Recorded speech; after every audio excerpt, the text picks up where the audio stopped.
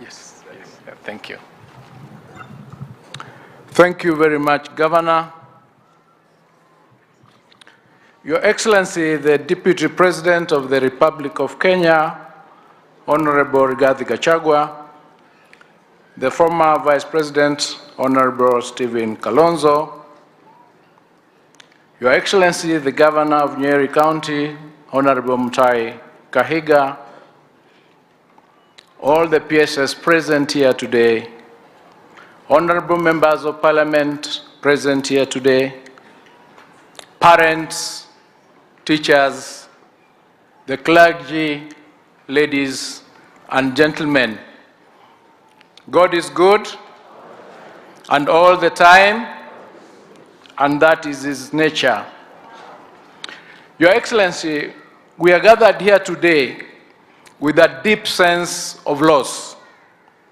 At the very outset, I wish on my own behalf and on behalf of the Ministry of Education to convey my heartfelt condolences to the parents, families, friends and relatives of the 21 young souls whose lives were prematurely cut short by the tragic fire incident on the night of the 5th of September 2024. Permit me, Your Excellency, to read out the names of the departed souls who are our pupils.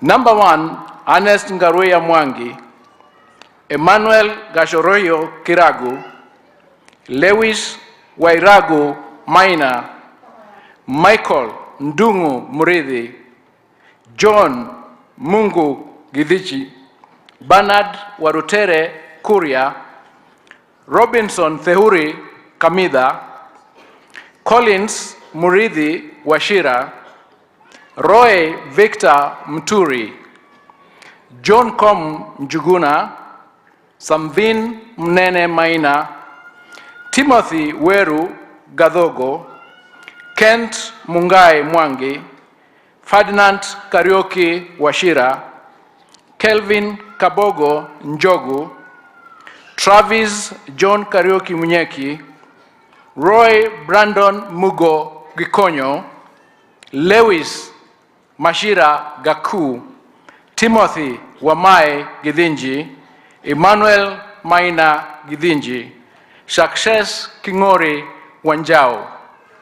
I have read these names because I want each one of us to know that they are not just numbers and that they are not going to be part of just statistics.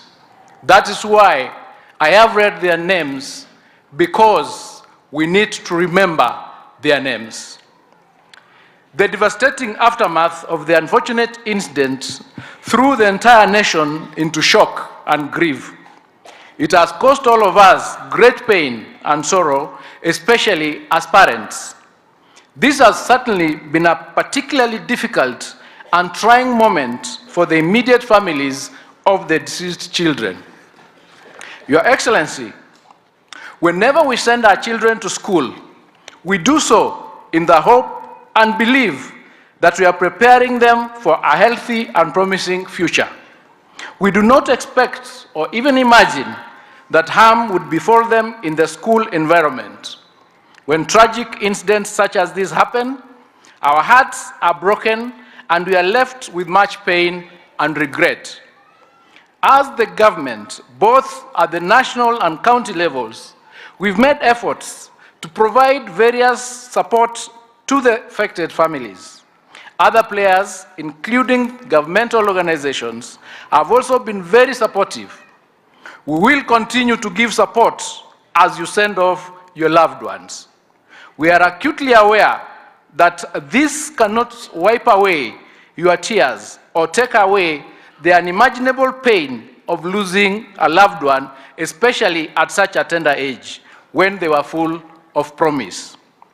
In this difficult moment, I wish to encourage the bereaved families, and with a word from the book of Psalms 147, verse 3, and it says, "God heals the brokenhearted and binds up their wounds." I pray that as you go through this hard and trying time, that the Lord will give you the strength to endure, and that He will heal your hearts and bind your wounds. Only He can heal your hearts and grant you true comfort. Your Excellency, the loss of these young lives is not going to be in vain. As a ministry, we have made the decision that this has to be the turning point. Our schools must be safe havens for nurturing the potential of our children. Parents and guardians should not live with anxiety over the safety and security of their children in school. The children themselves must not live with concerns about their safety and security in the school environment. We are keen to establish the cause of the tragedy that cost these young lives. The Directorate of Criminal Investigation is leading in this process, and we, as a ministry, are also carrying out an audit to establish if there was any omission on the part of our officers. I want to give the assurance, Your Excellency, that we will hold to account anybody found culpable for this incident. Your Excellency, we have also commissioned a nationwide audit of all public and private boarding schools to determine the level of compliance with the school safety manual that is being established. We will take firm action to ensure compliance with the requirements of the manual. We will also take firm action to sanction those who have failed to ensure compliance with the manual.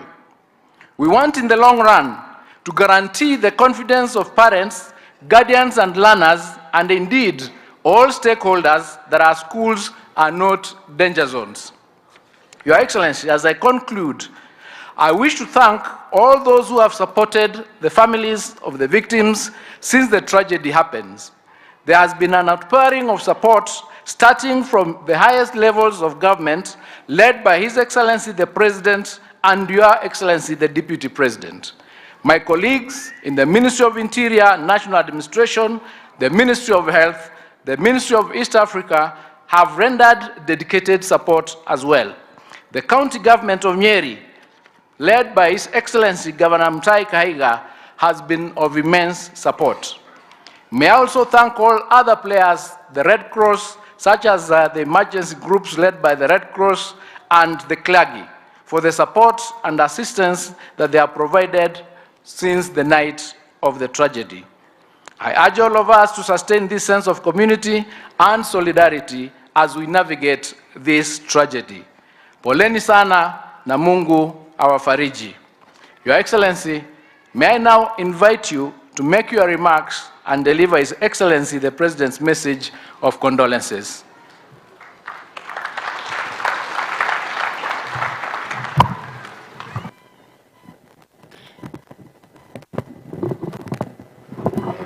Asanteni sana.